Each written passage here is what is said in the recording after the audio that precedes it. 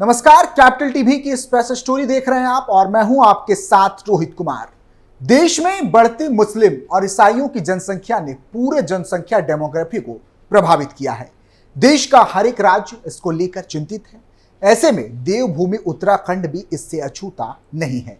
इसीलिए धामी सरकार ने राज्य में यूसीसी लागू करने का निर्णय लिया है, जिसका ड्राफ्ट भी सरकार को सौंपा जा चुका है। इस बीच शुक्रवार को यूसीसी पैनल की 4 खंड की रिपोर्ट सार्वजनिक की गई है। इस रिपोर्ट में बताया गया है कि उत्तराखंड में पहाड़ों से लोग मैदान की ओर पलायन कर रहे हैं, तो मैदानी इलाकों में शहरी आबादी बहुत तेजी से बढ़ रही है। ये आबादी उत्तराखंड के अंदर की नहीं बल्कि दूसरे राज्यों से आए लोगों की वजह से भी है। खास बात यह है कि उत्तराखंड में मुस्लिमों और ईसाइयों की आबादी हिंदुओं और सिखों की तुलना में 2 गुना से भी ज्यादा तेजी से बढ़ी है। उत्तराखंड समान नागरिक संहिता यानी कि यूसीसी पैनल की रिपोर्ट ने बदलती जनसंख्याएं की ओर ध्यान खींचा है। उत्तराखंड के पहाड़ी इलाकों में आबादी घट रही है, तो मैदानी इलाकों में बेहद तेजी से आबादी बढ़ रही है। इसमें सबसे बड़ा योगदान दूसरे राज्यों से आने वाले प्रवासियों ने किया है। रिपोर्ट अपने पहले खंड के अध्याय 2 में बताती है कि उत्तराखंड के स्टैटिक्स डायरी 2021-22 के अनुसार 2001 से 2011 के दशक में मैदानी इलाकों के शहरी क्षेत्रों में 30.23% की जनसंख्या वृद्धि देखी गई, जो काफी हद तक पलायन के कारण थे। दूसरी ओर अल्मोड़ा और गढ़वाल के 2 पहाड़ी जिलों में इस अवधि में उनकी आबादी में पूर्ण गिरावट देखी गई है। यूसीसी पैनल रिपोर्ट यह भी बताता है कि चुनाव आयोग के आंकड़ों से पता चलता है कि पिछले दशक के दौरान राज्य के मैदानी इलाकों में मतदाताओं की संख्या में लगभग 30% की तीव्र वृद्धि हुई है। पैनल की रिपोर्ट में कहा गया है कि यह जनसंख्या की समान दशकीय वृद्धि से बहुत अधिक है, जो अन्य राज्यों से पलायन में भी तेजी से वृद्धि का संकेत देता है। रिपोर्ट में आगे कहा गया है कि धार्मिक अल्पसंख्यक समूहों का एक बड़ा हिस्सा राज्य के मैदानी इलाकों में स्थित है। उदाहरण के लिए हरिद्वार और उधम सिंह नगर जिलों के 34.3% और 22.6% निवासी मुस्लिम हैं। पिछली जनगणना के आंकड़ों का हवाला देते हुए इसमें कहा गया है कि उधम सिंह नगर के लगभग 10वें हिस्से के निवासी सिख हैं। इसमें कहा गया है कि 2001 से 2011 के दशक के दौरान मुसलमानों और ईसाइयों की वार्षिक औसत जनसंख्या वृद्धि दर 3.9% से अधिक, सिखों की 1.15% और हिंदुओं की 1.60% से आगे निकल गई है। इसी अवधि के दौरान जैन आबादी की पूर्ण संख्या में गिरावट आई है। पैनल रिपोर्ट में साझा किए गए डेटा और पाई चार्ट से पता चलता है कि राज्य के पहाड़ी क्षेत्रों और मैदानी क्षेत्रों में यूसीसी को कैसा समर्थन मिला। पहाड़ी क्षेत्रों में 98% सुझाव यूसीसी के पक्ष में था, जबकि सिर्फ 2% विरोध में थे।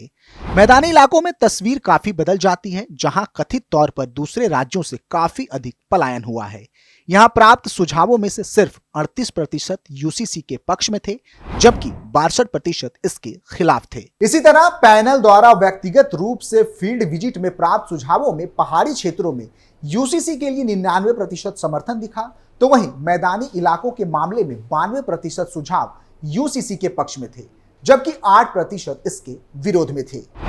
उत्तराखंड में क्या है जनसंख्या समीकरण? उत्तराखंड में हिंदू मुसलमानों की जनसंख्या की बात करें तो 2011 की जनगणना के अनुसार यहां पर हिंदुओं की आबादी 83% है। वहीं उत्तराखंड में मुस्लिम आबादी 14% है। इसके अलावा सिख 2.34%, तो वहीं ईसाई 0.37% हैं। अक्टूबर से लागू होगा यूसीसी। उत्तराखंड सरकार ने इससे पहले रिपोर्ट के मुख्य अंश जारी किए थे, लेकिन शुक्रवार शाम पूरी रिपोर्ट आम लोगों के लिए उपलब्ध करा दी गई। वेबसाइट पर जाकर कोई भी व्यक्ति रिपोर्ट को देख सकता है। दरअसल उत्तराखंड की धामी सरकार ने 27 मई 2022 को यूसीसी का ड्राफ्ट तैयार करने के लिए एक 5 सदस्यीय कमेटी बनाई थी। रिटायर्ड जस्टिस रंजना देसाई की अध्यक्षता में कमेटी गठित की गई थी। कमेटी ने 43 जनसंवाद कार्यक्रम और विभिन्न माध्यमों से 2.33 लाख लोगों से यूसीसी के लिए सुझाव लिए थे। इसके बाद 2 फरवरी 2024 को कमेटी ने सरकार को यूसीसी की रिपोर्ट सौंपी। कमेटी की ओर से रिपोर्ट सौंपे जाने के बाद मुख्यमंत्री धामी ने 7 फरवरी को यूसीसी के ड्राफ्ट को विधानसभा के पटल पर रखा। इसे विधानसभा में ध्वनि मत से पास कर दिया गया। इसके बाद उत्तराखंड यूसीसी को लागू करने वाला देश का पहला राज्य बन गया। विधेयक को कानून बनाने के लिए राष्ट्रपति के पास भेजा गया और फिर 11 मार्च को राष्ट्रपति द्रौपदी मुर्मू ने यूसीसी विधेयक को मंजूरी दे दी। मुख्यमंत्री पुष्कर सिंह धामी ने अक्टूबर माह में इसे उत्तराखंड में लागू करने का ऐलान किया है। यूनिफॉर्म सिविल कोड क्या है? यूनिफॉर्म सिविल कोड का मतलब है कि हर धर्म, जाति, संप्रदाय, वर्ग के लिए पूरे देश में एक ही नियम। दूसरे शब्दों में कहे तो समान नागरिक संहिता का मतलब है कि पूरे देश के लिए एक समान कानून के साथ ही सभी धार्मिक समुदायों के लिए विवाह, तलाक, विरासत, गोद लेने के नियम एक ही होंगे। विधान के अनुच्छेद 44 में सभी नागरिकों के लिए समान कानून लागू करने की बात कही गई है। अनुच्छेद 44 संविधान के नीति निर्देशक तत्वों में शामिल है। इस अनुच्छेद का उद्देश्य संविधान की प्रस्तावना में धर्मनिरपेक्ष, लोकतांत्रिक गणराज्य के सिद्धांत का पालन करना है। बता दें कि भारत में सभी नागरिकों के लिए एक समान आपराधिक संहिता है, लेकिन समान नागरिक कानून नहीं है। यूसीसी लागू होने से क्या बदलेगा? यूसीसी लागू होने से बहुत कुछ बदल जाएगा। भारतीय जनता पार्टी के नेताओं का कहना है कि इससे लव जिहाद जैसी चीजों को भी रोकने में मदद मिलेगी। जानकारी के मुताबिक अब देवभूमि उत्तराखंड में लिव इन रिलेशनशिप में रहने वाले कपल को रजिस्ट्रेशन कराना होगा। रजिस्ट्रेशन का उद्देश्य प्रोटेक्शन देना है, किसी की प्राइवेसी भंग नहीं होगी। रजिस्ट्रेशन की व्यवस्था को रूल में भी रखा गया है, क्योंकि 18 से 21 साल के बीच की उम्र परिपक्व नहीं होती। ऐसे में उन्हें प्रोटेक्शन देने की जरूरत पर जोर दिया गया है। हर धर्म में शादी तलाक के लिए एक ही कानून होगा। हालांकि धार्मिक मान्यताओं पर कोई फर्क नहीं पड़ेगा। सभी धर्मों के लिए एक समान कानून होंगे। धार्मिक रीति रिवाज पर कोई असर नहीं पड़ेगा। बिना तलाक के एक से ज्यादा शादी नहीं होगी। हालांकि शादी पहले की तरह ही धर्मगुरु ही कराएंगे, लेकिन यूसीसी लागू होने के बाद शरीयत के मुताबिक जायदाद का बंटवारा नहीं होगा। इसके साथ ही खान पान, पूजा, इबादत, वेशभूषा पर कोई असर नहीं पड़ेगा। पहली बार कब हुआ यूसीसी का जिक्र? समान नागरिक कानून का जिक्र 1835 में ब्रिटिश सरकार की एक रिपोर्ट में किया गया था। इसमें कहा गया था कि अपराधों, सबूतों और ठेके जैसे मुद्दों पर समान कानून लागू करने की जरूरत है। इस रिपोर्ट में हिंदू मुसलमानों के धार्मिक कानूनों से छेड़छाड़ की बात नहीं की गई। हालांकि 1941 में हिंदू कानून पर संहिता बनाने के लिए बीएन राव समिति का गठन किया गया। राव समिति की सिफारिश पर 1956 में हिंदुओं, बौद्धों, जैनियों और सिखों के उत्तराधिकार मामलों को सुलझाने के लिए हिंदू उत्तराधिकार अधिनियम विधेयक को अपनाया गया। हालांकि मुस्लिम, ईसाई और पारसी लोगों के लिए अलग कानून रखे गए थे। किस राज्य में लागू है यूनिफॉर्म सिविल कोड? समान नागरिक संहिता के मामले में गोवा अपवाद है। गोवा में यूसीसी पहले से ही लागू है। बता दें कि संविधान में गोवा को विशेष राज्य का दर्जा प्राप्त है। वहीं गोवा को पुर्तगाली सिविल कोड लागू करने का अधिकार भी मिला हुआ है। राज्य में सभी धर्म और जातियों के लिए फैमिली लॉ लागू है। इसके मुताबिक सभी धर्म, जाति, संप्रदाय और वर्ग से जुड़े लोगों के लिए शादी, तलाक, उत्तराधिकार के कानून समान हैं। गोवा में कोई भी ट्रिपल तलाक नहीं दे सकता।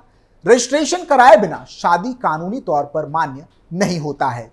संपत्ति पर पति पत्नी का समान अधिकार होता है। हालांकि यहां भी एक अपवाद है। जहां मुसलमानों को गोवा में 4 शादी का अधिकार नहीं है, वहीं हिंदुओं को 2 शादी करने की छूट है। हालांकि इसकी भी कुछ शर्तें हैं। अब अगर पूरे भारत में यूनिफॉर्म सिविल कोड लागू होता है तो लड़कियों की शादी की उम्र बढ़ा दी जाएगी। इससे वे कम से कम ग्रेजुएट तक की पढ़ाई पूरी कर सकेंगी। पति और पत्नी को तलाक के समान अधिकार मिलेंगे। एक से ज्यादा शादी करने पर पूरी तरह से रोक लग जाएगी। नौकरी पेशा बेटे की मौत होने पर पत्नी को मिले मुआवजे में माता पिता के भरण पोषण की जिम्मेदारी भी शामिल होगी। और तो और उत्तराधिकार में भी बेटा और बेटी को बराबर का हक मिलेगा। फिलहाल के लिए इतना ही। आप देखते रहिए कैपिटल टीवी उत्तर प्रदेश। नमस्कार।